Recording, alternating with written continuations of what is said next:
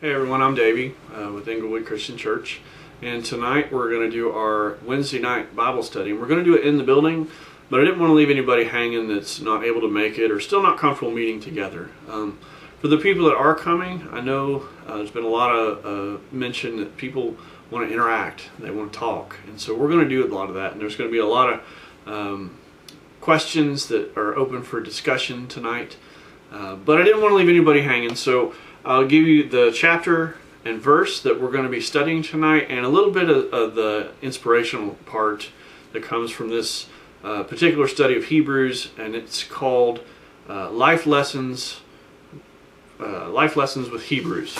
So let me give you this part. I think you'll enjoy it. First, read Hebrews chapter 2, verses 10 through 18. Hebrews 2, 10 through 18. Then I'll share this part with you. Abandon. Such a haunting word.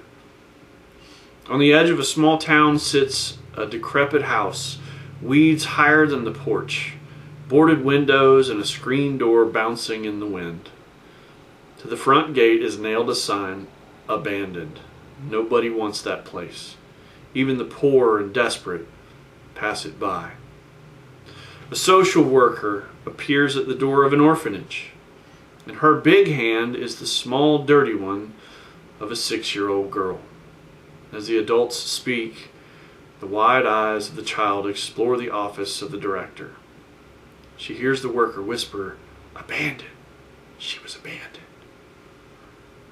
An elderly woman in a convalescent home rocks alone in her room on Christmas. No cards, no calls, no carols. A young wife discovers romantic emails sent by her husband to another woman. After 30 years on the factory line, a worker finds a termination notice taped to his locker.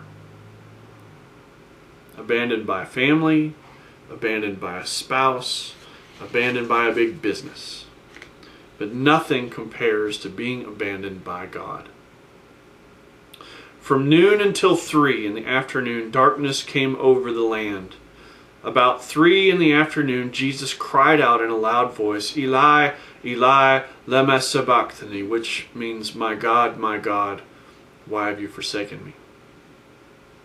By the time Christ screams these words, he was hung on the cross for 6 hours.